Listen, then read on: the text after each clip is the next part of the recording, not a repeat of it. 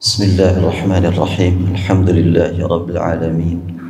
Wassalatu wassalamu ala asyrafil anbiya sayyidil mursalin imamil muttaqin habibina wa syafi'ina maulana Muhammadin wa ala alihi wa ashabihi wa man ittaba'ahu ila yaumiddin. Rabbi shrah li sadri wa yassir li amri wahlul 'uqdatam min lisani yafqahu qawli.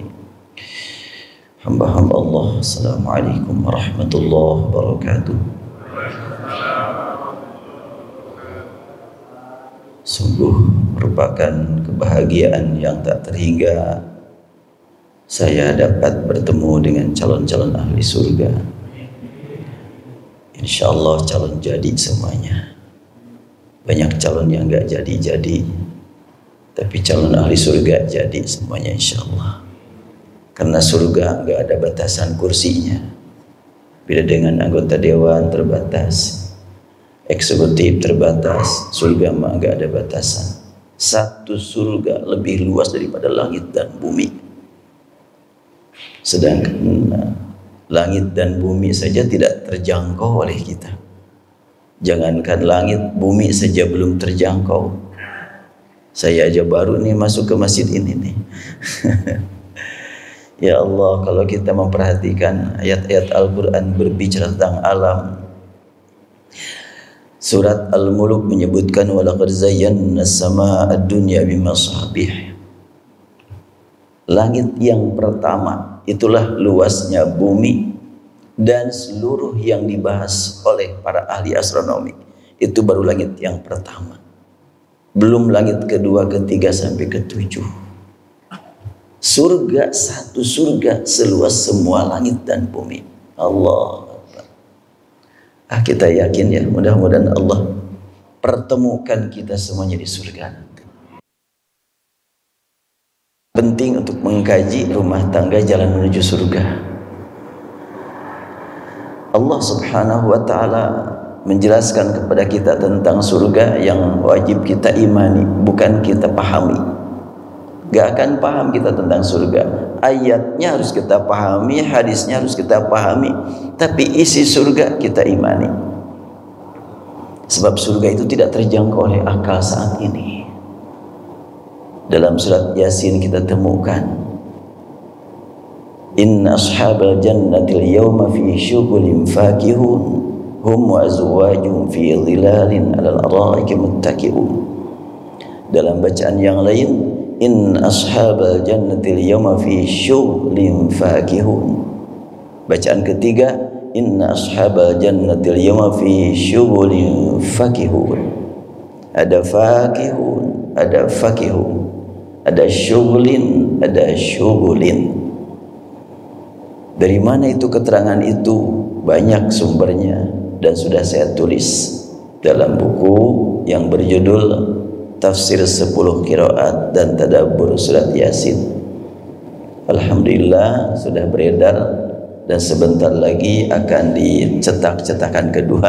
Ini cetakan pertama sudah mau habis. Ini judulnya Tafsir 10 Qiraat dan Tadabbur Surat Yasin, yang sudah saya tulis alhamdulillah dari awal sampai surat Al-A'raf itu 8 jilid. Kemudian loncat dulu ke surat Yasin dan surat Al-Muluk dan surat-surat pendek lainnya. Mudah-mudahan menjadi warisan buat umat secara keseluruhan, karena ya usia sangat terbatas. Saya pun berharap bisa menulis sampai selesai membahas 30 juz, tapi wallahu alam usia nyampe atau tidak. Sejak kapan saya nulis? Alhamdulillah sejak pandemi. Sejak Oktober 2020 saya berupaya untuk menulis, karena sekian lama saya tidak bisa menulis akibat penyakit. Alhamdulillah diberi nikmat sehat masa pandemi dan masih terus berjalan sampai saat ini menulis buku terus. Insyaallah akan dilanjutkan sampai ajal menjemput dimanapun dan kapanpun. Dan yang sekarang sedang saya tulis adalah judulnya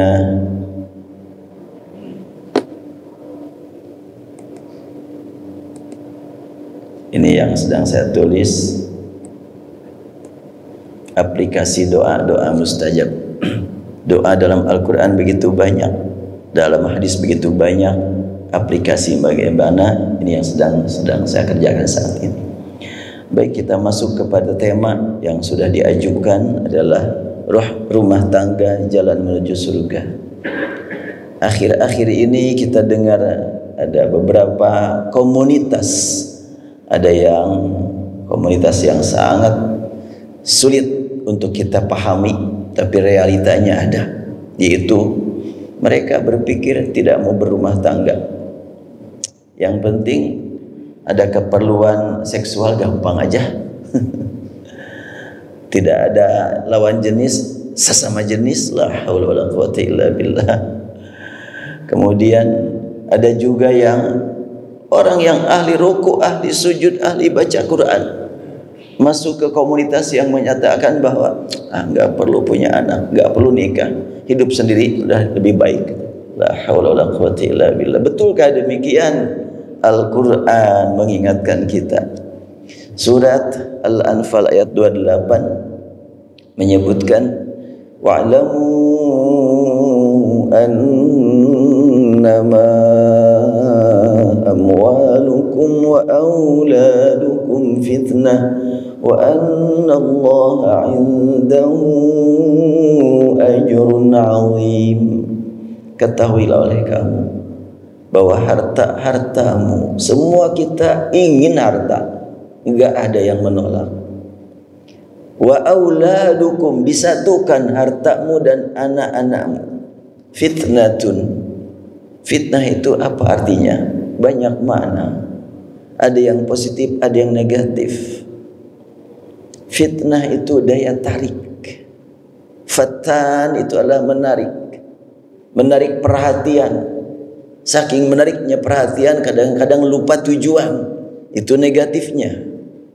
Tapi kalau kita mampu memperhatikan amwal dan aulad ini dengan tepat dan benar, justru mengajak kita menuju surga. Kenapa? Akhir ayat menyebutkan wa annallaha 'indahu ajrun 'azim. Dan sesungguhnya Allah telah menyediakan pahala yang besar. Allah mengingatkan tentang hakikat harta, tentang hakikat anak, ternyata diiringi dengan kalimat kabar gembira, pahala besar. Ingat hartamu, manfaatkan sebagaimana mestinya. Ingat anak-anakmu, bimbing mereka ke jalan yang benar. Pahala dari Allah tiada hingganya. Berarti kalau begitu maka harta dan anak jalan menuju surga bagi orang yang membacanya dengan jalan yang tepat dan benar. Tapi apabila tidak memanfaatkannya sebagaimana mestinya, mau harta mau anak, yang mengantarkan ke neraka dua-duanya. Al-Quran mengingatkan demikian. Ya ayyuhalladzina amanu inna min azwajikum wa auladikum aduwwan lakum fahdharu.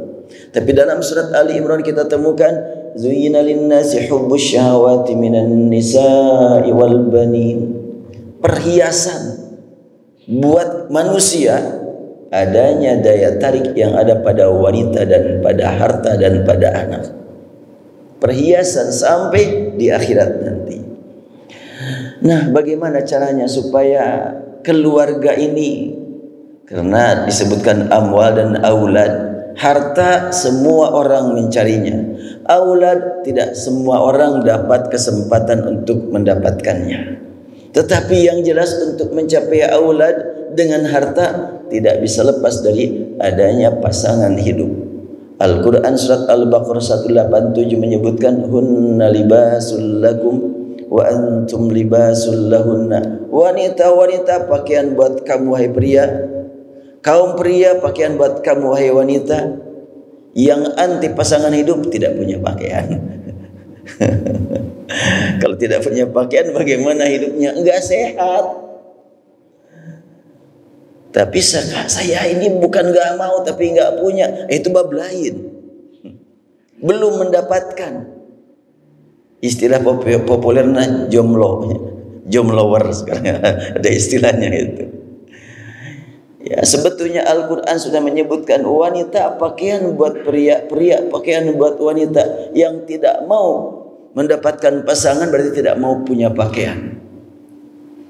Status pakaian, fungsi pakaian dalam kehidupan sehari-hari tidak asing. Menutup aurat, menjaga kesehatan, menjadi perhiasan, alat untuk bertemu yang dapat mengakrabkan. Bahkan buat kaum wanita pakaian itu lebih menarik dibanding buat kaum pria. Saya pernah mendengar cerita istri saya sendiri. Dia naik mobil umum, tiba-tiba bertemu dengan seorang ibu yang nggak kenal, langsung nyentuh pakaian istri saya, langsung bilang, "Neng, ini di mana? Meserna aja." Peserlah gua abdi, coba pakaian yang nempel di badan. Dibilang sok dipeser gua abdi, langsung dia ke rumah sampai telepon. Bisa nggak dijual? Ya Allah, ada aja. Itu kalau kaum wanitanya melihat pakaian tetap sesama sangat tertarik. Tapi kaum pria mah cuek-cuek aja biasanya. Punya teman bagus pakaiannya, lihat, udah selesai, komentar pun enggak. Selewat aja. Makanya Al-Quran menyebutkan zuyyina linnasi hubbus syahwat minan nisa. Laki-laki dan perempuan terkadang terpesona melihat daya tarik yang ada pada wanita. Cuma beda, laki-laki melihat wanita dengan wanita melihat wanita beda. Apa yang dilihat oleh wanita, apa yang dilihatnya oleh laki-laki, ada perbedaan. Tapi sama-sama kedua belah pihak mendapatkan perhiasan dari albanin, dari anak. Bapak-bapak dan ibu-ibu capek habis kerja, ketika pulang ke rumah ingin istirahat, langsung pas lihat anak senyum, oh udah hilang itu capeknya itu. Zina sudah.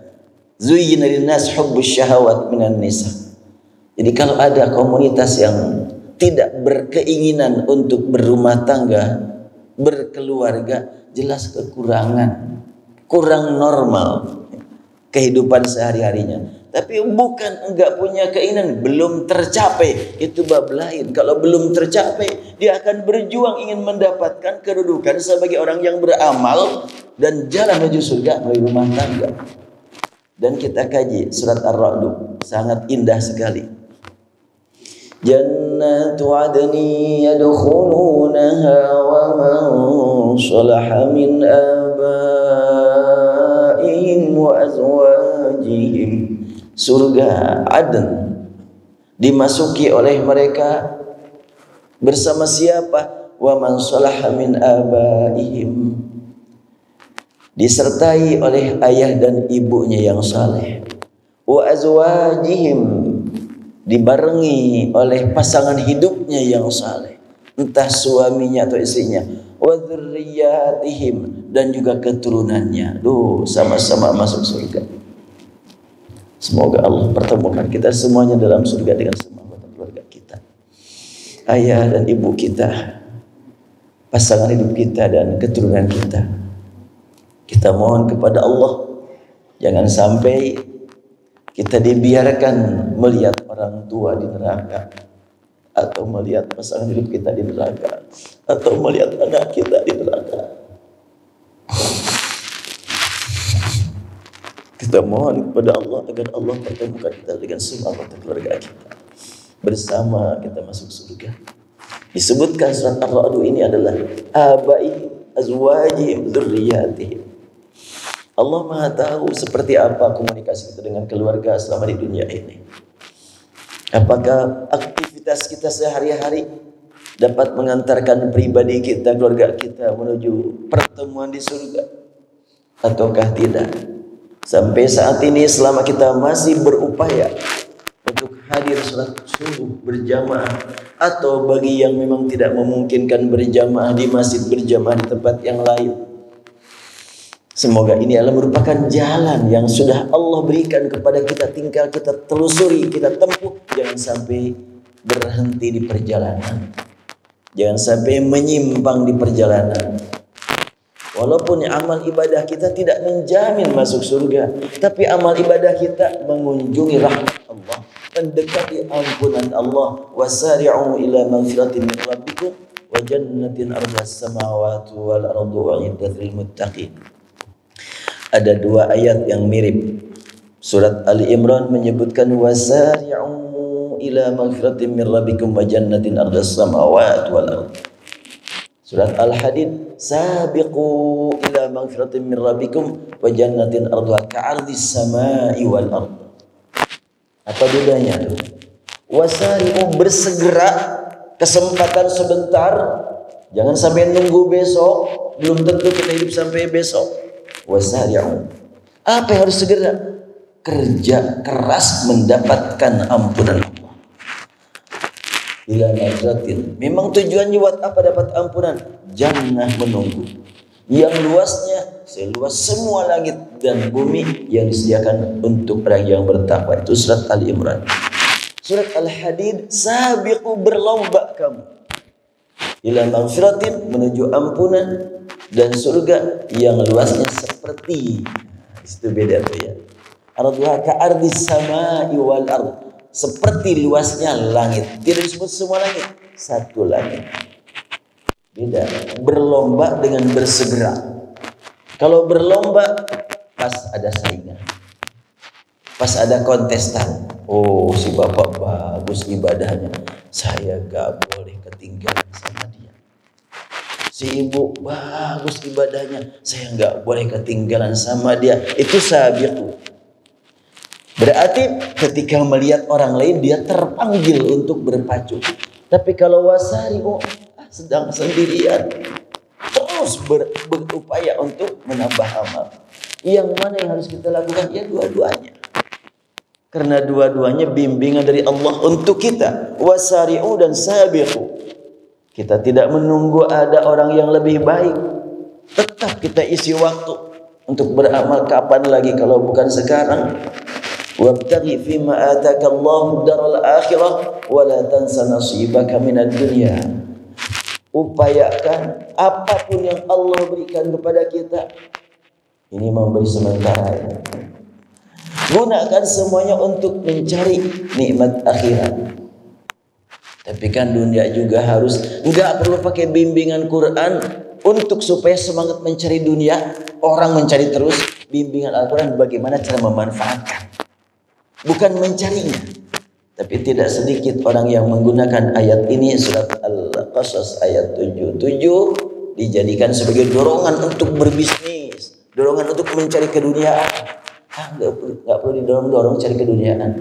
Yang perlu dimotivasi memanfaatkannya. Sebab Allah sudah mengatur.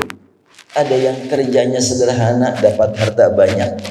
Ada yang kerjanya siang malam tapi hartanya tidak sebanyak yang tadi. Allah yang atur. Maka yang diperintahkan kepada kita bagaimana cara memanfaatkannya. Nah, kalimat tadi ada amwal, ada aulad, ada harta dan ada anak, dihubungkan dengan anak. Ada apa harta itu? Banyak orang yang mengejar harta tapi tidak mau punya anak. Itu biasanya bukan di negara muslimin. Di negara-negara yang lain yang kadang-kadang membuat sekian umat Islam kagum dengan kemajuan fisik negara tersebut. Tata kotanya rapi, sungainya bersih. Ketika banjir tidak perlu banyak kerja membuang sampah karena tidak ada sampah.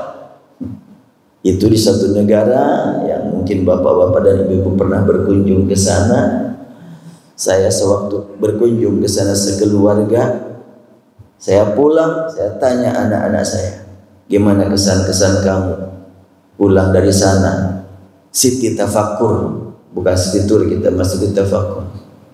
Anak saya bilang, orang-orangnya stres. Coba, kesan anak saya bilang, orang-orang sana stres semuanya. Jadi, orang Indonesia kan biasanya naik kereta, gelak tawa gitu, bercanda. Orang-orang sana naik kereta diam, nggak ada yang komunikasi sama satu sama lain, pada serius gitu. Paling pegang koran, pegang majalah atau pegang handphone, atau dia turun sepertinya jalan setengah lari karena mungkin capeknya, ingin segera istirahat. Di situ banyak sekali orang yang tidak percaya ada Tuhan, tetapi mereka sangat takut kepada keyakinan-keyakinan yang tidak jelas, yang diyakininya nggak ada, tapi sangat takut. Dan di sanalah banyak orang yang bunuh diri. Angka bunuh diri tertinggi di situ. Dikenal negara maju, industrinya maju, teknologinya maju, tapi angka bunuh diri sangat tinggi. Berarti memang gak jaminan. Banyak kehidupan. Saya suka nanya kepada penduduk kita yang ada di sana, gimana di sini cara berumah tangga? Nikahnya mereka rata-rata usia berapa? Paling muda mereka nikah usia 40. Paling muda itu. Anaknya berapa mereka? Mereka nggak berpikir ingin punya anak. Oh bagus kalau begitu. Perbanyak orang Indonesia di sini, banyak anak di sini. Nanti bisa juga saya di sini orang muslimin. Karena mereka tidak nambah anaknya. Lama kelamaan akan hilang itu masyarakat yang aslinya itu. Jadi kenapa mereka tidak ada? Mereka jangankan punya anak, nikah aja enggak. Tapi kawin mah setiap hari mereka. Nikah yang enggak. La haula wala quwwata illa billah. Kita sebagai umat yang beriman kepada Allah bahwa kehidupan di dunia sebentar dan akan dilanjutkan kehidupan yang hakiki di akhirat. Bahkan saking sebentarnya kehidupan dunia, menurut surat Al-Mulk sekarang ini bukan hidup, jalan menuju pintu kematian guna menuju kehidupan. Alladzi khalaqal mauta wal hayat. Allah yang menciptakan mati dan hidup. Jadi mati dulu baru hidup. Liyabluwakum ayyukum ahsanu amala. Agar kamu mendapatkan kesadaran sedang diuji, sekali sedang diuji kita. Perjalanan menuju kematian dan akhirnya kita akan menuju kehidupan. Wal malaikatu yadkhuluna 'alaihim min kulli bab. Salamun 'alaikum bima sabartum fa ni'ma 'uqbad dar. Jannatu adn yang dimasuki oleh mereka yang beriman, yang saleh, ayah ibunya, kakeknya, pasangan hidupnya dan juga keturunannya mendapatkan kunjungan malaikat. Untuk apa malaikat mengunjungi mereka? Untuk menyampaikan ucapan salam. Salamun alaikum. Malaikat yang menyampaikan salam untuk selamanya selamat. Bima sabartum. Nah, ini yang kuncinya kita nih. Jadi jalan untuk menuju surga sudah terbentang begitu luas dan lebar dan lurus.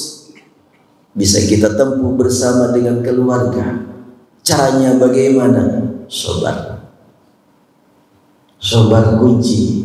Sabar itu untuk semua pihak. Sabar melaksanakan taat, sabar menjauhi larangan, sabar menghadapi hal yang tidak terduga sebelumnya. Dan sabar menjauhi larangan ringan sebetulnya, tapi banyak yang tidak mampu. Banyak orang yang rajin berbuat baik tapi masuk neraka juga karena tidak sabar menjauhi larangan. Rasulullah pernah bertanya kepada para sahabat, ayyukum tadruna manil muflis?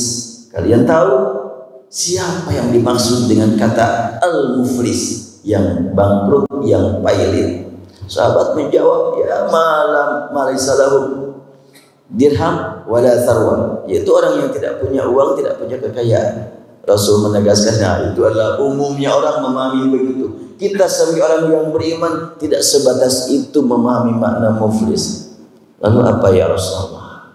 Rasul menegaskan, orang yang datang pada hari kiamat menuju Allah Subhanahu wa taala dengan membawa hasil sholat, saum, zakat, haji, tilawah, ibadah-ibadah yang lainnya, tapi setibanya di tempat pertemuan seluruh umat manusia, dia didatangi oleh orang yang pernah tersakiti melalui mulutnya, melalui lisannya, melalui jasadnya, melalui aktivitas sehari-hari. Mereka menuntut kepada Allah keadilan. Akhirnya hasil ibadah dia dibagi-bagi kepada yang tersakiti. Habis sudah, belum terpenuhi utang kepada mereka, maka dibalik dosa mereka ditimpakan kepada dirinya. Akibat apa? Akibat dia tidak menahan diri dari yang dilarang Allah. Dan banyak orang yang menderita akibat ungkapan dia, akibat lisan, tangan, dan lain sebagainya, akibat mulut, akibat aktivitas yang lain-lainnya. La haula wala quwwata illa billah. Padahal untuk menjauhi yang dilarang Allah enggak pakai ilmu, enggak pakai biaya. Ya. Saya waktu dulu dirawat 2 minggu karena ya stroke berat. Kemudian setelahnya diizinkan pulang. Dokter mencatat ini yang tidak boleh. Oh, diurut ada 15 poin yang tidak boleh. Dalam jangka waktu yang alhamdulillah 2 minggu, saya berjuang untuk menjauhi yang kata dokter enggak boleh. Saya berjuang untuk tidak. Sampai belum sebulan, dokter bilang, wah cum laude Ustaz, katanya. Luar biasa nih, perkembangannya bagus. Padahal menurut keterangan awal, mestinya minimal 3 bulan saya betul-betul bed rest. Gak ada aktivitas selama 3 bulan. Tapi alhamdulillah didiskon cuma 1 bulan. Bulan keduanya sudah diizinkan untuk mengisi pengajian lagi, alhamdulillah. Namun belum bisa menulis karena berhubungan dengan masalah pemikiran yang berat. Baru saya mulai menulis lagi Oktober 2020. Sejak itu nggak menulis, paling yang ringan-ringan saja nulis itu. Ya bikin artikel sederhana. Untuk menulis buku enggak. Namun sejak Oktober 2020 saya mulai nulis untuk Al-Quran. Ternyata Allah berikan nikmat sehat. Digunakan untuk tafakur, untuk tadabbur Al-Quran. Allah berikan nikmat sehat sejak 2 tahun yang lalu. Alhamdulillah. Ya sudah siap sekarang sekitar 12 jilid. Ini salah satunya. Di surat Yasin kan 83 ayat ya. Nah, dibukukan tadabbur dan tafsir qiraatnya mencapai 400 halaman. Kita lanjutkan kajian tentang masalah keluarga. Ingin supaya betul-betul keluarga kita dapat bertemu sama-sama dengan Rasulullah, bertemu dengan Allah. Itulah puncaknya kenikmatan. Saya harus selalu mengingatkan diri saya yang mudah-mudahan bermakna buat yang lain. Ini pengalaman pribadi, riwayatnya sahih, kalau pengalaman pribadi gak diragukan. Ketika saya melepas putri saya yang kedua kuliah di luar, berat sekali. Ya Allah, anak saya perempuan mau kuliah di luar di Eropa. Udahlah titipkan kepada Allah. Jangankan di luar, di dalam rumah pun bukan saya yang menjaga mereka, tapi Allah. Di luar juga kalau Allah menjaga aman. Di rumah kalau tidak Allah jaga tidak aman. Kita tidak akan mampu berbuat apa-apa. Melepas berat sekali. Dalam jangka waktu beberapa bulan atau hampir setahun, isi saya sudah merasakan berat untuk ingin segera menengok. Berangkatlah ke sana. Setibanya di bandara sudah ditunggu oleh anak saya. Anak saya pas terlihat dari jauh tergetar hati saya. Pas saya peluk anak saya, hati bergetar. Ya Allah, kesayangan saya kepada anak, Engkau yang memberi. Pemberian dari Engkau inilah kesayangan. Dan anak saya ciptaan Engkau, aku ciptaan Engkau. Aku merasa bahagia bertemu anak. Bagaimana bahagianya bertemu dengan Engkau, ya Allah. Engkau yang membuat anak saya, menciptakan anak saya. Ini adalah merupakan karunia yang sangat luar biasa pas bertemu dengan anak saya. Sehingga waktu itu sangat takut kalau sekiranya dapat meraih nikmat bahagia bertemu anak sementara tidak bertemu dengan yang menciptakan dan pemilik anak kita, Allah Subhanahu wa Ta'ala.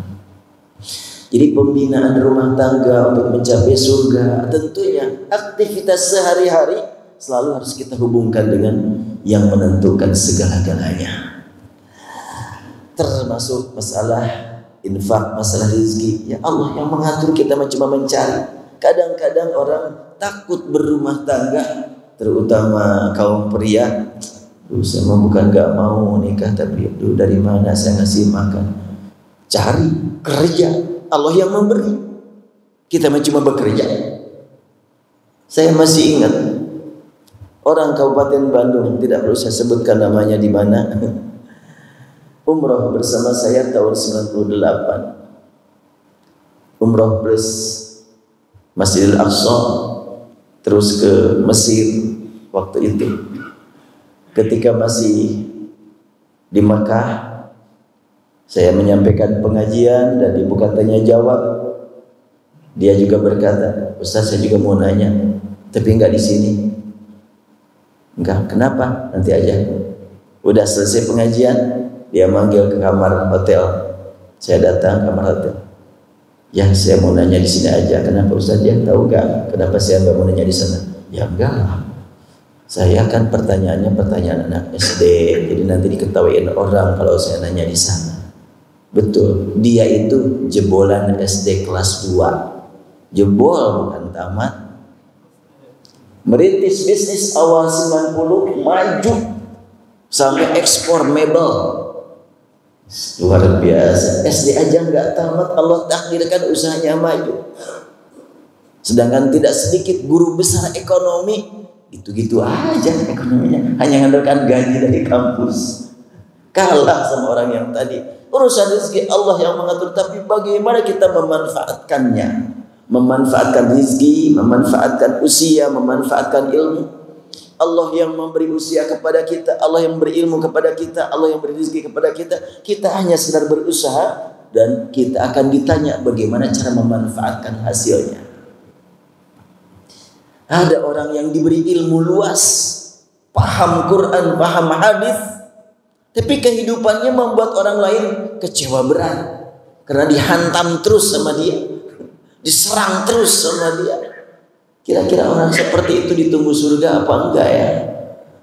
Karena tadi disebutkan kan, orang yang tersakiti akan menuntut nanti di akhirat.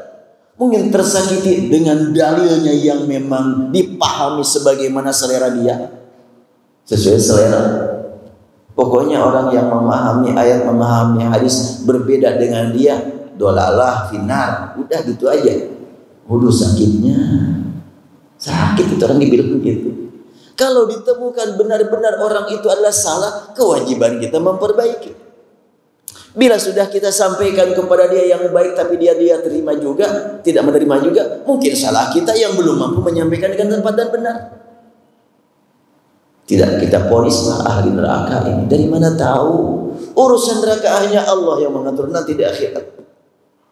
Ada orang yang berani berkata 60 tahun ibadah seolah satu pun gak diterima oleh Allah. Dari mana tahu? Hanya Allah yang maha tahu. Ada orang yang baru masuk Islam, tidak lama dikabarkan meninggal. Belum belajar Quran, belum belajar hadis, apalagi menjadi dai, menjadi mubalik, haji, umroh belum. Tapi dia baru masuk Islamnya juga, baru belajar sholat sedikit. Allah takdirkan wafat dalam keadaan Islam, masuk surga insya Allah. Oleh karena itu yang akan ditanyakan kepada kita, bagaimana mengamalkan apa yang kita berterima dari Allah. Surat Saba menyebutkan ini terkait dengan harta. Qul inna rabbi yabsutur rizqa liman yasha'u min ibadihi wa yaqdiru lah. Katakan, sungguhnya Rabbku yang melapangkan rezeki bagi yang mau dilapangkan dan bagi yang Allah kehendaki untuk melapangkannya. Wa yaqdir, dan Allah juga yang mempersempit. Kita perhatikan kalimat yabsutu, melapangkan harta, melapangkan rezeki. Yaqdiru, mempersempit, bukan memperbanyak atau mengurangi. Ada orang yang hartanya sedikit tapi lapang hidupnya. Ada orang yang hartanya berlimpah tapi sempit hidupnya. Seperti yang tadi saya sampaikan, di negara yang dikenal maju, ternyata di sanalah angka bunuh diri tertinggi. Kok bisa? Ada ini alumni Maqdis, tinggal di kota negara maju tersebut. Komunikasi dengan keluarga saya. Umi, saya lagi di tempat ini. Di sini banyak penduduk yang datang ke saya konsultasi masalah kehidupan. Antara lain pertanyaan, Mbak, saya ini pernah keliling Jakarta, Bali, dan beberapa kota Indonesia. Semberawut katanya aturan tata kotanya. Tapi saya kok merasakan tenang di sana. Di sini saya di kota ini, rumah saya megah, mobil saya mewah, harta saya cukup banyak. Tapi kehidupan saya ini kosong. Tolong dong terangkan kepadaku, apa sih Tuhan dan apa sih fungsinya bertuhan? Itu kalimat dia. Jadi dengan adanya harta yang berlimpah, mobilnya mewah, rumahnya juga megah, tapi ternyata tidak menjamin kehidupan. Jangankan di akhirat, di dunia saja tidak, apalagi sampai di akhirat. Wajar kalau di sana banyak orang yang bunuh diri. Dan ternyata konsultasi di sana, konsultan kerohanian, konsultan spiritual itu harganya paling mahal. Tapi ternyata konsultannya sendiri bunuh diri akhirnya. Karena dia berpikir saya sudah menyelesaikan sekian banyak problem umat, saya sendiri nggak tahu nih kemana ya. Hanya dia diberikan bunuh diri juga. La haula wala quwwata illa billah. Alhamdulillah kita diberi nikmat iman. Alhamdulillah, alhamdulillah, alhamdulillah. Kalau kita mempertanyakan, ya, atau ada yang bertanya, atau kita sendiri yang bertanya, kita dipilih oleh Allah menjadi orang yang meraih nikmat iman. Apa sih landasannya Allah memilih kita menjadi orang yang beriman? Sedangkan sekian banyak orang yang dekat dengan Rasul secara waktu, secara tempat, banyak yang tidak beriman. Bahkan orang yang sangat dekat dengan Rasul, pamannya sendiri yang sudah pasang badan untuk menjaga Nabi Muhammad dari serangan tetangganya, ternyata tidak beriman juga. Kalau ada pertanyaan, kenapa Allah memilih kita menjadi orang yang beriman? Gak usah dijawab. Respon saja dengan aktivitas bersyukur. Ya, gak akan mungkin ditemukan jawaban. Itu hanya hak Allah yang menjawab. Kita syukuri saja. Alhamdulillah, alhamdulillah. Allah memilih kita menjadi orang yang beriman. Kita tidak bertemu Rasul, tidak bertemu keluarga Rasul, tapi beriman kepada Rasul. Kita membaca Al-Quran bukan berlandaskan pemahaman kita terhadap bahasa Arab, tapi iman dulu baru belajar bahasa Arab. Banyak orang yang pandai bahasa tidak beriman juga kepada Al-Quran. Kapan itu? Sejak dahulu sampai sekarang banyak yang begitu. Di dunia banyak orang yang menghafal Quran untuk supaya mencemarkan nama umat Islam, mencari kesalahan Al-Quran, mencari kesalahan umat Islam. Antara lain, saya pernah diundang ke salah satu pesantren besar di Kabupaten Bandung, membahas, mungkin ada yang hadir waktu itu. Temanya adalah pengaruh ilmu qiraat terhadap fikih. Pengaruh ilmu qiraat. Tadi saya sampaikan antara lain, inna ashabal jannatil yawma fi syughlin fakihun, fi syughlin fakihun, fi syughlin fakihun. Ada fakihun, ada fakihun. Sangat berpengaruh bagaimana? Sudah saya terangkan dalam buku ini. Tapi mohon maaf kalau ada yang nanya berapa harganya buku ini, enggak saya jual di sini. Enggak boleh jualan di masjid. Jadi di luar, walau alam masih ada apa enggak saya nggak tahu nih. Di mobil masih ada apa enggak? Itu surat Yasin. Inna ashabal jannah. Sungguhnya sahabat-sahabat surga. Ashab bentuk banyak dari sahabat yang sering diartikan penghuni. Kenapa Allah gunakan ashab, sahabat? Karena surga merindukan penghuninya, penghuni merindukan surganya. Sebagaimana persahabatan begitu saling merindukan satu sama lain. Fi syughlin, syughul sibuk, syughlin sibuk juga.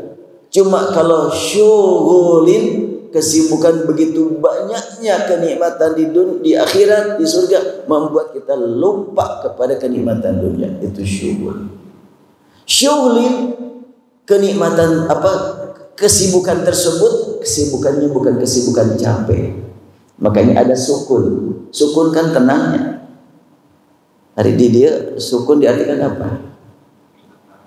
Pemain, huruf mati. Jangan mati hurufnya. Kalau huruf mati nggak hidup lagi. Sebetulnya huruf karena sukun itu tenang ya. Coba sakinah, mawaddah, warahmah. Kalau sakinah, kalau sukun diartikan mati. Kumaha ngadoakeun pengantin. Nya didoakeun sing sukun, sing mati. Jadi artinya sukun itu tenang. Nah, syughlin fakir, penghuni surga tenang, banyak aktivitas tapi tidak capek. Ibu-ibu nanti di surga nggak akan masak lagi, Bu. Nggak ngurus bayi lagi, tapi dilayani oleh anak-anak. Dan ibu-ibu nanti dilayani oleh suami. Suami yang mana? Banyak, Bu, suami ibu di surga. Banyak suami. Bapak izinkan enggak istrinya nanti di surga banyak suaminya? Bingung. Bapak-bapak nanti banyak istrinya, ibu-ibu nanti banyak suaminya. Baru ada pernyataan begini. Al-Quran dari dulu juga begitu. Hum wa azwajuhum fi dhilalin 'alal araiki muttaqi'un. Hum, mereka, laki-laki dan perempuan di surga. Wa azwajuhum, dan pasangan-pasangan mereka yang banyak. Jadi bapak-bapak ditunggu banyak bidadari, ibu-ibu ditunggu banyak bidadara. Nah, di dunia dibatasi. Bapak-bapak paling banyak mendapatkan kesempatan, 4 orang itu pun gak diambil kesempatannya. Gak tahu ya di sini. Siapa yang istrinya 4? Jarang yang berani. Dan apalagi wanita, tidak boleh lebih dari 1. Biar nanti aja di akhirat, di surga yang seperti itu. Wallahu a'lam. Ada yang lain enggak yang mengatakan bahwa di surga wanita-wanita ditunggu oleh banyak suami selain saya? Saya belum pernah dengar dari yang lain. Tapi saya yakin dengan kalimat ini karena Al-Quran berkali-kali menyebutkan. Surat Al-Baqarah ayat 25 umpamanya. Wa basyiril ladzina amanu wa 'amilus solihati anna lahum jannatin tajri min tahtiha al-anhar kullama ruziqu minha min samaratir rizqan qalu hadha alladhi ruziqna min qabl wa utu bihi mutasyabiha wa lahum. Kasih kabar gembira orang yang beriman beramal soleh, laki-laki atau perempuan itu. Semua tentu laki-laki perempuan. Di akhir ayat walahum fiha azwajum mutahharah, dan bagi mereka, siapa mereka? Laki-laki atau perempuan? Semuanya yang beriman. Azwajun, pasangan-pasangan yang banyak, mutahharah, bersih, suci, tidak ada yang berantem, enggak di sana, tidak ada kecemburuan, enggak. Mutahharah wa hum fiha khalidun. Insyaallah lain kesempatan kita bahas surat Al-Baqarah ayat 25. Di situ ada salihat, ada jannat, ada mutasyabih, ada anhar, ada khalidun, ada azwaj. 6 kata menggunakan bacaan panjang, semuanya tanpa alif. Ada apa di balik itu? Azwaj tidak pakai alif. Ini kita lihat. Ini azwajun tidak pakai alif. Kenapa tidak pakai alif? Kalau tidak punya makna, nggak mungkin. Ini pasti punya makna. Kemudian mana lagi jannat, ini juga jannat dibaca panjang tapi tidak ada alifnya. Kalau tidak punya makna enggak mungkin seperti ini. Ya tapi kan itu dari sahabat. Sahabat enggak mungkin menulis tanpa bimbingan Rasul. Tapi kan Rasul itu kan ummi, tidak pandai baca, tidak pandai tulis.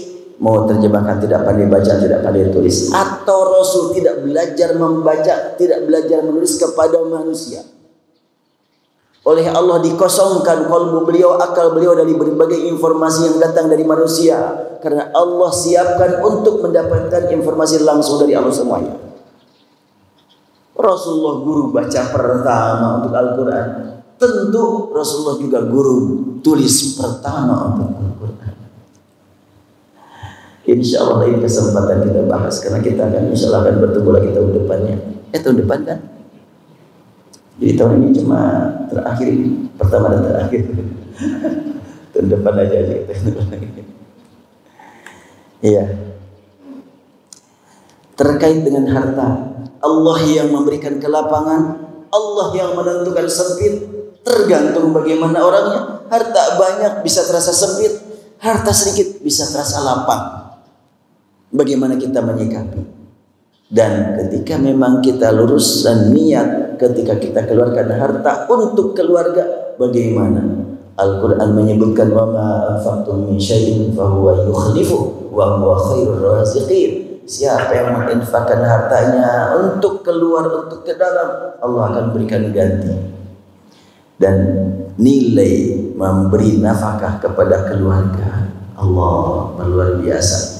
Surah hadis riwayat Muslim dari Abu Hurairah radhiyallahu anhu, Rasul bersabda, dinarun anfaqtahu fi sabilillah wa dinarun anfaqtu fi raqabatin wa dinarun tasaddaqta bi ala miskin wa dinarun anfaqtu ala ahlika a'dhamuha ajran alladhi anfaqtu ala ahli.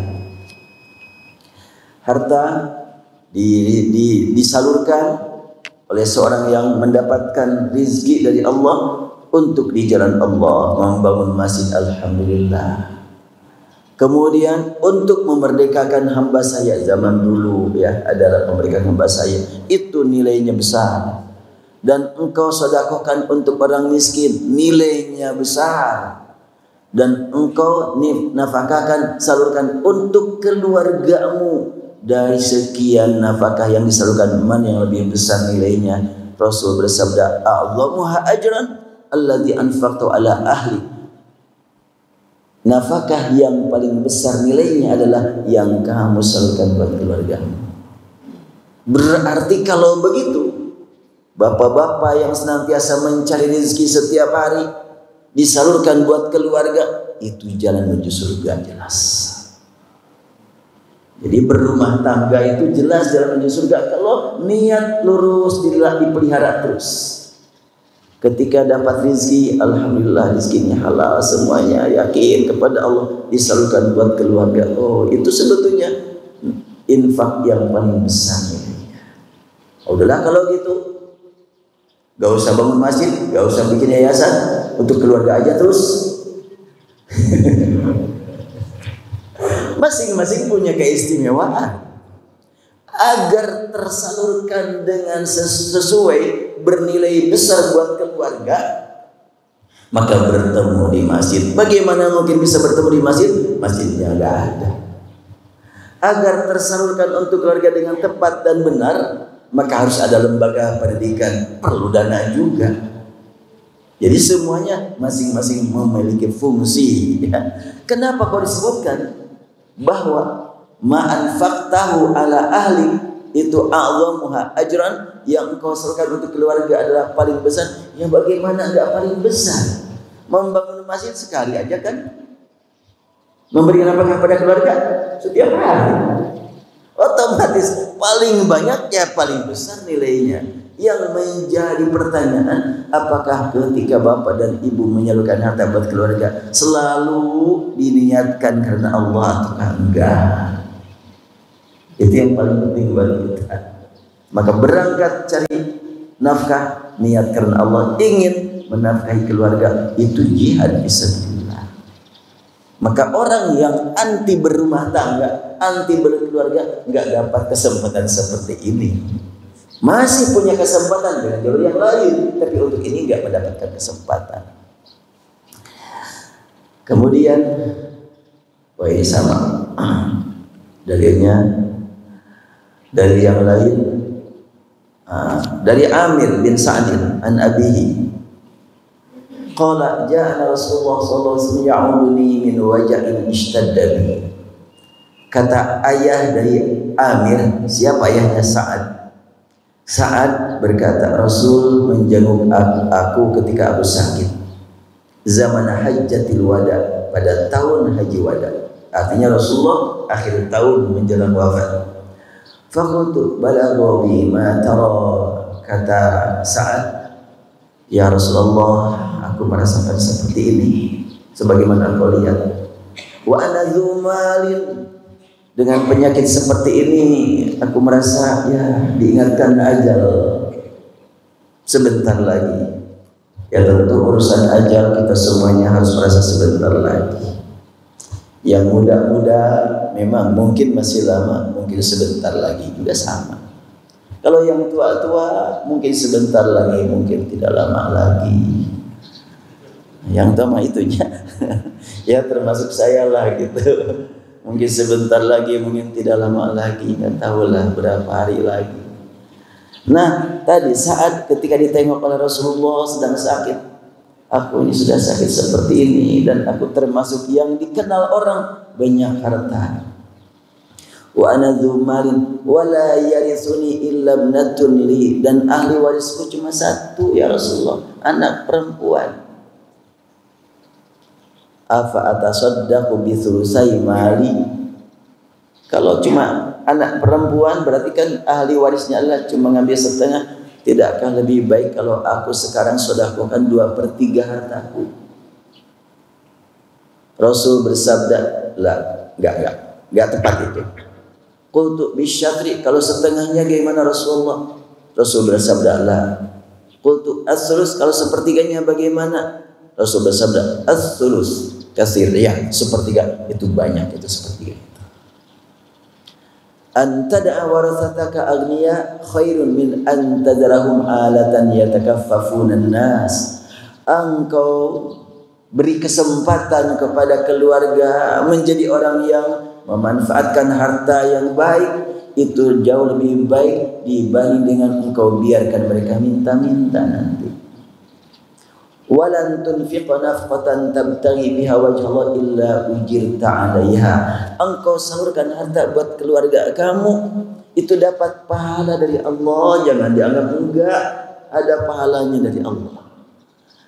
Hatta ta ma taj'alu fi imra'atik, termasuk yang engkau antarkan sesuap nasi ke mulut istrimu. Kan sukanya bapak-bapak menyuapin ibu-ibunya. Bahulah namanya. Ya, itu termasuk mengantarkan dirinya menuju menuju pahala dari Allah Subhanahu wa taala. Jadi suami mencari nafkah buat istri itu adalah sedekah terus. Gimana kalau istri mencari nafkah buat suami, lebih hebat lagi itu. Wanita tidak berkewajiban cari nafkah juga buat suaminya. Wah, hebat, luar biasa itu. Karena tidak wajib dilaksanakan. Dan sekarang tidak sedikit yang begitunya. Bekas pandemi ini masih banyak bapak-bapak yang masih cari kerja sampai saat ini. Tapi istrinya dapat pekerjaan, alhamdulillah, rezeki dari Allah. Sehingga akhirnya ada yang suami numpang sama istrinya, si suaminya masih berjuang keliling, belum dapat juga pekerjaan. Seorang direktur hotel besar, ya mungkin dengan pengalaman dia yang begitu hebat, ketika orang mendapat kedatangan dia melamar kerja, pemainnya minta pengalaman ya, direktur jenderal manajer hotel. Wah, kita nggak mampu menggaji dia, akhirnya nggak dapat kerja dia. Itu dihentikan, dia berhenti sejak pandemi sampai sekarang belum dapat lagi. Akhirnya cuma istrinya yang mendapatkan jalan dari Allah Subhanahu wa taala. Luar biasa itu nilainya dari Allah. Tidak wajib saja dilaksanakan. Sebab kewajiban istri bukan mencari nafkah, tetapi menyalurkannya. Itu hanya gitunya. Wanita mah senangnya itu kan di pasar. Kalau sudah di jalan-jalan di pasar 2 jam kelihatannya nggak capek gitu. Si bapak yang capek. ngantar-ngantar, udahlah kamu aja, saya nunggu di sini. Itu saya yang begitu. Baik, saya lanjutkan.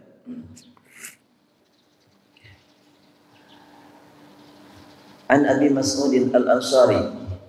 Ini mau sampai jam berapa nih? Sampai jam 6. Ya baik.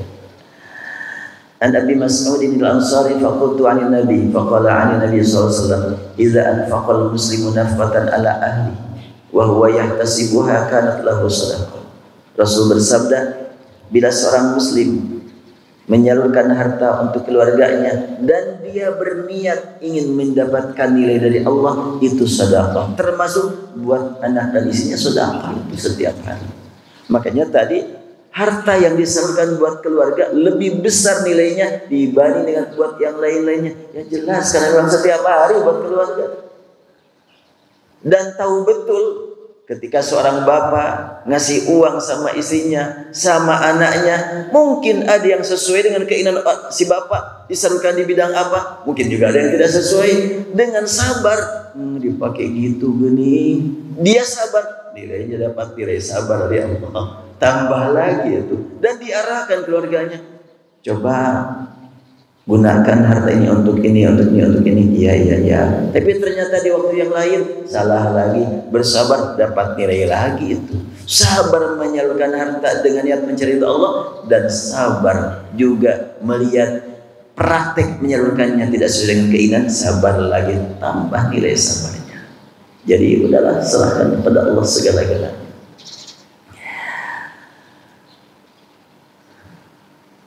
An Abi Hurairah qala, jadi sekarang mengaji hadis saja ya. Belum pendalaman nanti insyaallah. Hadis Rasul bersabda, "Idza atakum man taradawna khuluquhu." Nah, sekarang terjadilah masalah pengembangan keluarga. Bapak punya putri supaya dia juga mendapatkan nilai tambah beramal.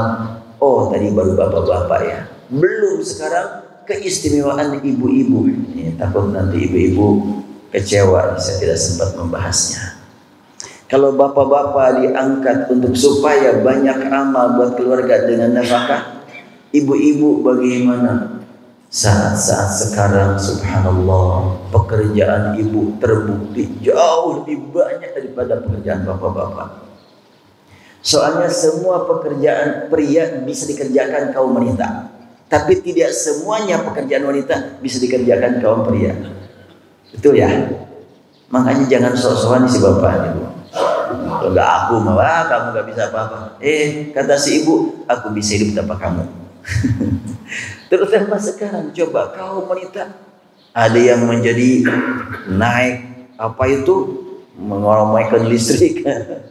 Ada kaum wanita menjadi binaragawati. Tukang beca ada, supir taksi ada. Semua pekerjaan kaum pria bisa dikerjakan kaum wanita. Tapi hati-hati, kalau ibu-ibu bilang sekarang mah emansipasi, bapak-bapak harus menerima kewajiban kaum wanita. Aduh punten, gak bisa. Laki-laki emang gak bisa dipaksa oleh ibu-ibu. Tolong dong giliran nyusuin bayi. Waduh. Tolong dong giliran umpamanya melahirkan, gak bisa. Makanya kalau ada ditetapkan lagi emansipasi, persamaan hak dan kewajiban kaum pria dan kaum wanita, tersiksa bapak-bapak. Gak mungkin, gak mampu. Wanita bisa, yang gak bisa pria. Wallahu alam itu emansipasi itu dari mana teorinya. Jadi hadis menyebutkan, "Idza atakum man taradawna khulqahu wa dinahu fazawwiju."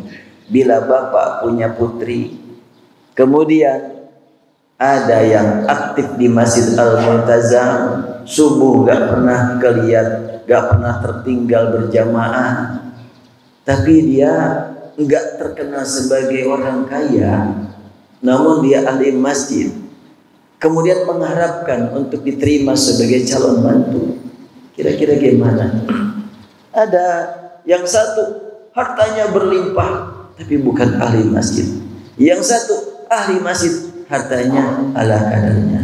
Mana yang kau pilih? Hadis menyebutkan, "Idza atakum man taraduna khuluquhu wa dinahu." Bila engkau senang melihat pemuda ini akhlaknya baik, agamanya baik, segera nikahkan dia dengan putri kamu. Illa taf'alu takun fitnatun fil ardi wa fasadun 'arid. Bila engkau ragu-ragu untuk mengambil pemuda yang soleh itu karena dibayang-bayangkan ingin menjadi mertua orang yang pengusaha besar, itu yang dibayang-bayangkan. Al-hadis menyebutkan fitnatun fil ardi wa fasadun 'arid. Fitnah akan bermunculan dan kerusakan akan berkembang. Sebab belum tentu harta berlimpah membuat kehidupan senang. Belum tentu hartanya pas-pasan terganggu kesenangan. Sekarang banyak orang yang dikatakan sukses bisnis tapi tidak senang hidupnya. Ada orang yang tidak sukses bisnisnya tapi hidupnya sejahtera. Allah yang memberikan. Masalah kesenangan Allah yang memberi. Adil Allah itu. Kebahagiaan hidup berumah tangga tidak dijamin dengan harta, bahkan tidak pula dijamin dengan ilmu. Ada orang yang ilmunya luas nyombong. Hartanya banyak nyombong juga, kehidupan rumah tangga terganggu. Sementara ada orang yang mungkin hartanya pas-pasan, tapi karena tunduk kepada Allah, nikmat hidup itu. Yang mana yang baik? Yang kita cari. Yang kita cari tentu hartanya banyak, takwanya tinggi itunya. Ahli ibadah, pokoknya kepada calon-calon lah gitu. Kalau mencari pasangan, gak usah muluk-muluk. Yang penting mah soleh. Kalau wanita, yang penting dapat laki-laki soleh. Urusan ganteng itu mah nomor satu. Hari kekayaan itu mah nomor pertama gitu bela. Waktu susah nyari yang begitu, makanya kurangi kriterianya. Utamakan fal bidzati din. Itu saja sebetulnya. Ini karena saya merasa terpanggil juga menyampaikan hadis ini, tapi ini kalau sekiranya ibu-ibu kurang bersedia mendengar, ya cukup dilewat aja ya. Habis judul pertama ini jangan sampai terhilang nih. Usulan pertama judulnya kan bukan ini ya. Dari Abu Hurairah radhiyallahu anhu qala, ini hadis riwayat Bukhari. Rasulullah bersabda, "As-sa'i 'alal armalati wal miskin." Orang yang menolong janda dan orang miskin, kal mujahid fi sabilillah, nilainya nilai jihad di jalan Allah, disertai dengan nilainya qiyamul lail setiap malam, disertai nilainya adalah saum setiap hari. Gak mungkin ada itu. Maksudnya gak mungkin ada orang yang saum setiap hari, gak boleh. Tapi untuk mendapatkan nilai saum setiap hari bisa. Ada jalur. Mungkin berjuang kita qiyamul setiap malam, tapi terkadang terlewat juga. Ingin mendapatkan qiyamul setiap malam, gimana caranya? Ada jalan, yaitu nolong janda dan orang miskin. Maksudnya nolong janda bagaimana? Mengalah tafsirkan masing-masing. Karena janda kan macam-macam. Ada yang miskin, ada yang kaya. Ya. Janda yang miskin mungkin ditolong dengan menyediakan nafkah, makanan cukup. Janda yang kaya ditolongnya bagaimana? Ya dinikahilah semua. Jangan saya, jangan. Kan maksudnya apa? Supaya terbantu. Kehidupan sehari-hari itu kan yang diperlukan bukan cuma makan, tapi bagaimana di malam hari qiyamul lail bersama, bagaimana menyalurkan harta di jalan Allah, saling mengingatkan. Saya pas membaca hadis ini Ya Allah, maafkan aku, ampuni aku gak mampu. Terutama bila janda itu punya anak yatim, Allah, itu nilainya luar biasa. Dia menjadi pemelihara anak yatim. Saya betul terus terang, bukan sekali, ketika mendengar ada berita seorang bapak ustadz meninggalkan anak-anak kecil. Saya ingin gitu ngambil anaknya, ingin menjadi kafirul yatim, menjadi pemelihara anak yatim. Tapi ketika pernah saya sampaikan, ya ibunya nggak izinin saya ambil anaknya. Memang harus sama ibunya sih. Iya. Kalau bersama ibunya kan sudah jelas ya. Itu anak perempuan pun jadi mahram. Tapi memang berat. Makanya kenapa Rasul menegaskan seperti ini ya? As-sa'i 'alal amr wal miskin kal mujahid fisabilillah, al-qa'imil lail, as-sha'imin nahar. Nilainya luar biasa ini. Tapi dah kata ibu-ibu nih, Pak Ustadz, dah rata-rata si bapak-bapak itu nyari gadis, bukan nyari janda. Kalau kita perhatikan nas Al-Quran surat An-Nisa, asalnya adalah untuk menolong janda yang punya anak yatim. Tambah isi itu begitu. Fa in khiftum alla tuqsitu fil yatama, bila kamu merasa khawatir tidak mampu berbuat adil ngurus anak yatim, fankihu ma taba lakum, maka nikahilah siapa yang sesuai dengan seleramu dari kaum wanita. Artinya, oh ini janda, anak yatimnya ada, anak yatimnya ada, silahkan pilihmu yang mana. Itu maksudnya. Tapi boleh enggak? Ibunya enggak boleh nikah, Ustaz. Tapi anaknya harus diurus. Udah kalau gitu, nikahi wanita yang lain. Untuk urus anak yatim, supaya istri yang pertama tidak terganggu.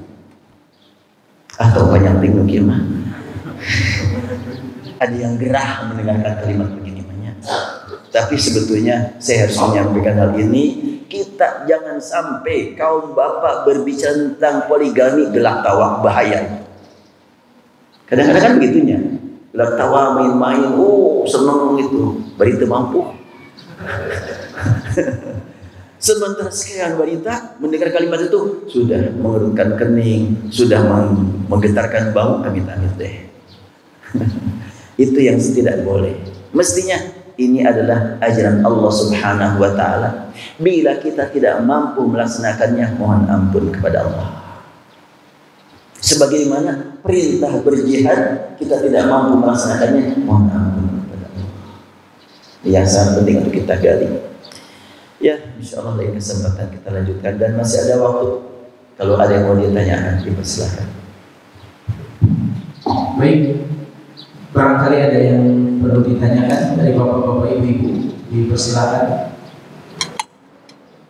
Dari ibu-ibu ada pertanyaan? Kalau dari luar tema tidak apa-apa, bisa? Ya, mangga. Mangga. Baik, seputar tema rumah tangga ataupun di luar, barangkali ada yang perlu ditanyakan. Pak Yari.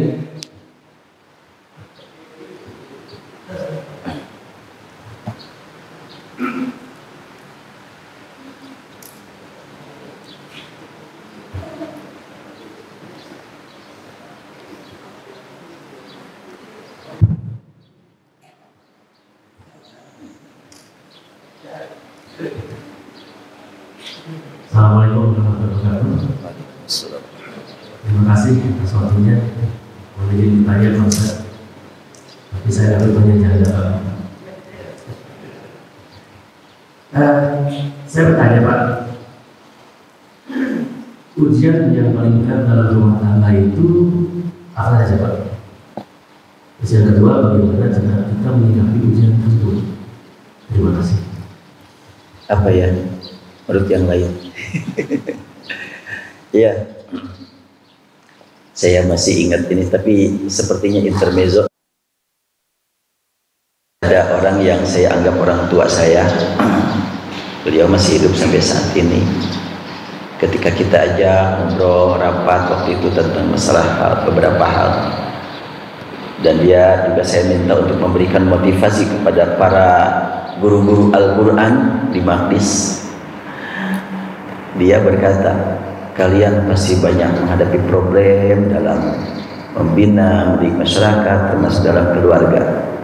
Saya dulu, kata beliau, sewaktu masih dinas, karena dia pensiunan sekarang, saya sewaktu menghadapi sekian banyak masalah dalam kantor, di pekerjaan, segera saya buka dompet saya. Di dompet saya ada foto istri saya. Ini masalah yang paling besar, katanya.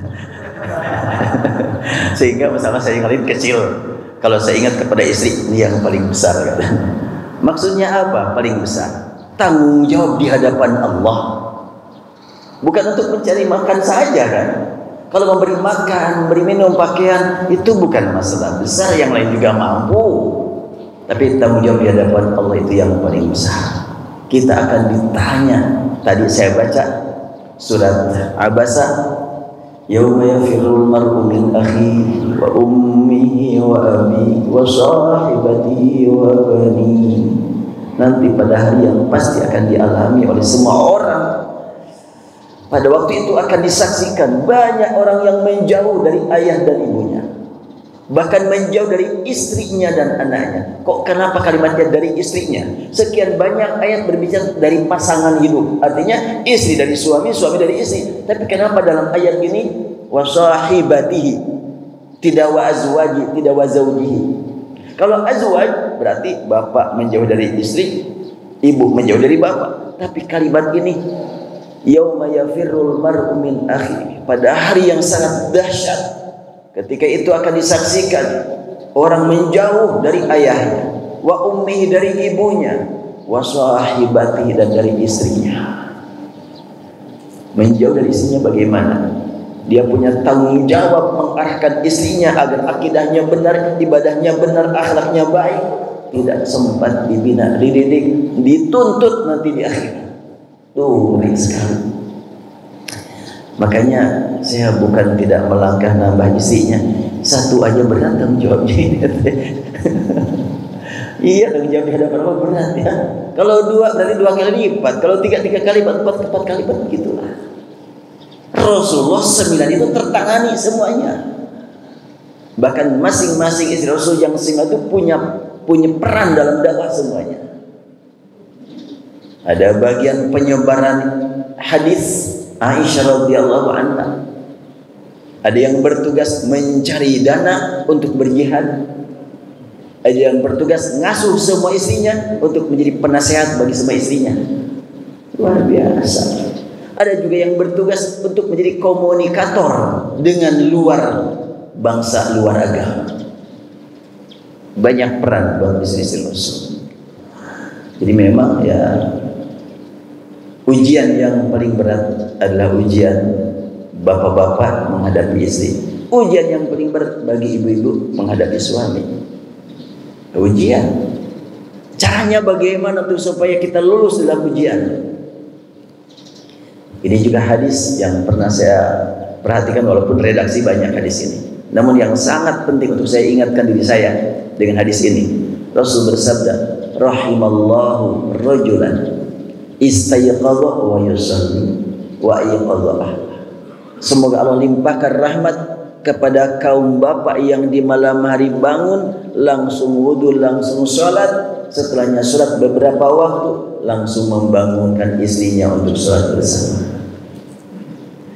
Berarti kaum bapak harus duluan bangun, menghadap kepada Allah, menangis. Bagaimana kalau saya nanti di akhirat dipertanyakan oleh keluarga?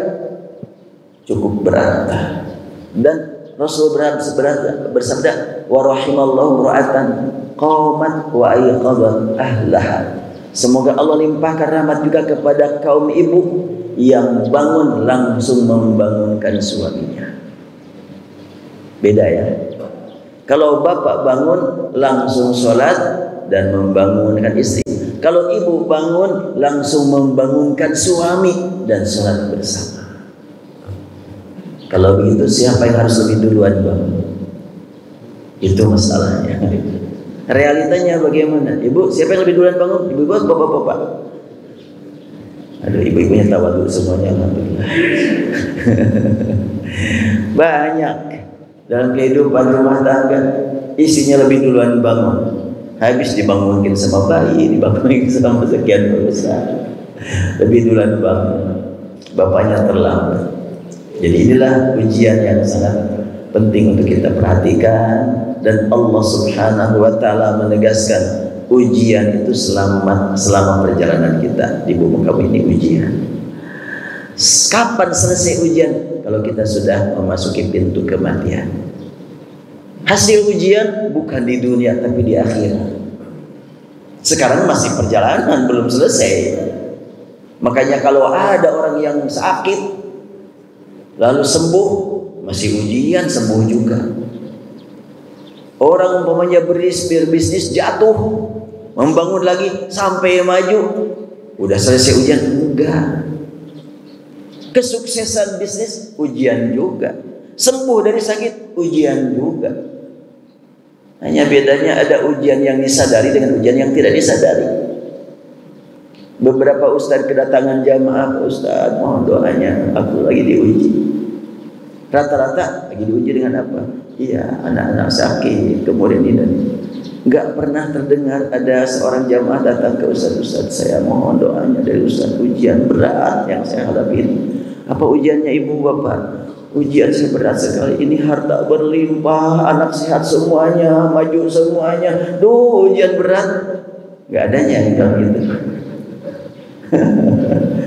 Anak saya pintar semuanya, ya Allah ujian ini berat sekali. Enggak ada itu yang bilang gitu. Padahal kepintaran ujian. Dengan kepintaran banyak yang gagal hidup. Kemajuan teknologi banyak yang gagal hidup. Bahkan orang yang paling gagal diperlihatkan di dunia akhir-akhir ini adalah seorang jenderal yang telah membunuh ribuan umat Islam. Dan gagal hidupnya sejak di dunia diperlihatkan oleh Allah. Dia sakit, dan sebelum sakit dia sering menderita tidur. Tidurnya menderita. Mau tidur, tuh udah kebayang mimpi buruk. Setiap tidur dia mimpi buruk. Sampai akhirnya dia terkena sakit berat sampai koma, 8 tahun koma. Bukan diperlambat matinya, bukan. Dipercepat proses matinya dengan koma. Jadwal matinya sudah pastinya.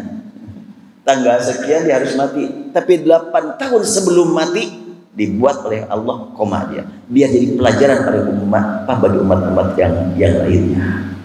Jenderal Ariel Sharon 8 tahun koma. Orang yang paling gagal hidupnya tapi paling sukses menjadi tokohnya. Jadi kesuksesan sangat relatif. Kesuksesan yang kita cari pada aflahal mu'minun alladzina hum fi shalatihim khashi'un. Kesuksesan yang kita cari kesuksesan yang abadi, bukan kesuksesan yang menggiurkan pemikiran dan perasaan sebentar tapi untuk selama-lamanya. Wallahu a'lam. Udah terjawab belum pertanyaannya? Udah, alhamdulillah. Kadang-kadang saya suka lupa yang bertanya gitu. Ngomong terus tadi apa yang ditanyain gitu. Baik, cukup atau masih ada lagi? Dari ibu-ibu mau terakhir mungkin.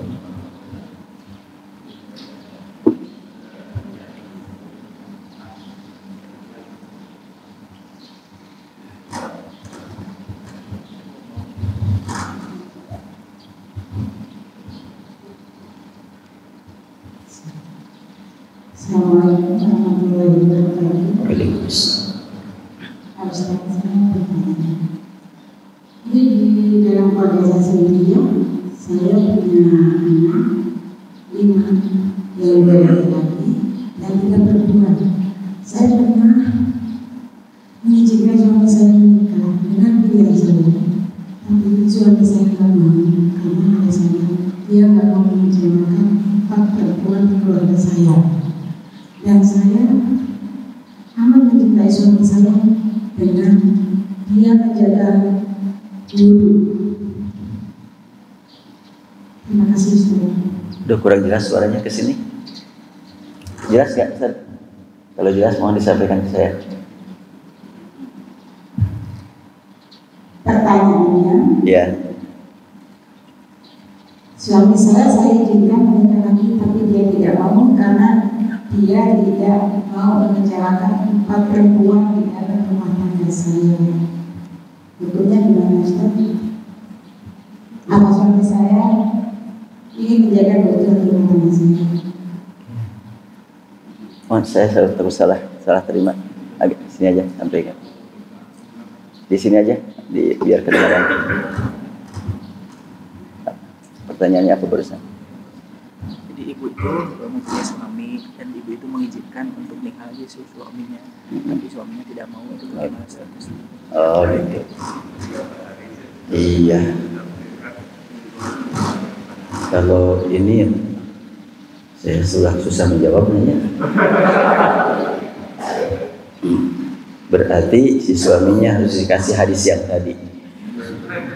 Ya, kasihkan hadis yang tadi. As-sa'i 'alal al-marah wal miskin kal mujahid fisabilillah al-qa'imil lail as-sa'imin nahar. Orang yang menolong, nah kasihlah oleh ibu, anjurkan ini.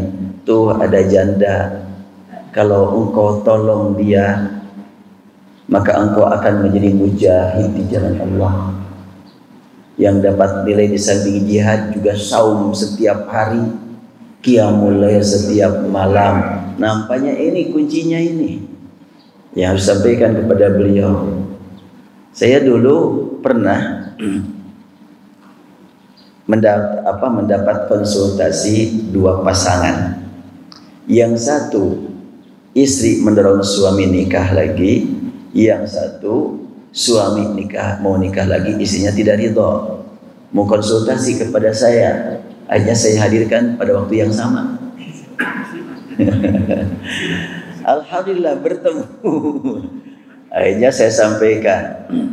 Sebelum disampaikan kepada mereka, saya umpamakan rumah tangga. Kalau kita berikan perumpamaan, laksana kendaraan. Kendaraan yang kita pakai sehari-hari, ada mobil, ada motor. Mobil paling tidak bisa membawa 4 orang, bahkan lebih. Motor hanya bisa digunakan untuk 1 orang. Nah, ketika umpamanya kita bawa mobil sedang sendiri bersama istri satu, dan di sana sedang hujan, ada orang yang nunggu, ada mobil, ada yang menjemput, dilewat, kasihan enggak? Kasihan dong. Udah kepanasan atau kehujanan, bawa. Biar sama-sama menuju tujuan yang sama. Tapi kalau umpamanya kita cuma naik motor, mau gimana lagi? Lihat orang lain di pinggir jalan, mau ada yang dijemput, ya nggak ada yang jemput-jemput. Kita mau pakai motor berempat bertiga nggak bisa.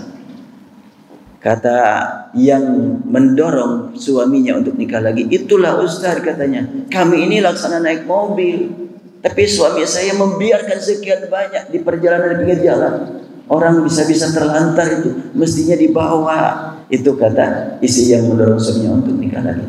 Kata yang satu lagi, kata istri yang tidak ridho, kalau saya Ustaz motor butut, motor jelek, sering mogok, saya yang ngebensinin katanya.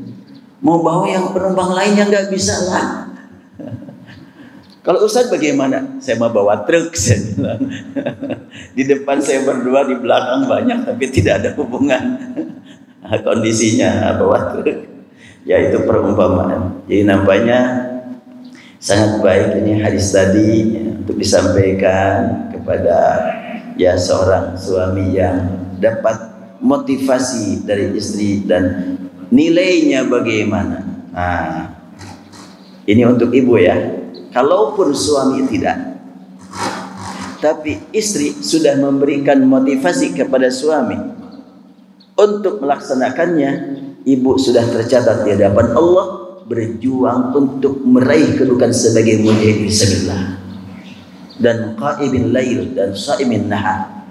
Sudah melangkah ke arah sana dan tercatat di hadapan Allah. Walaupun belum terlaksana, Lah seperti umpamanya Rasulullah SAW pulang perang Tabuk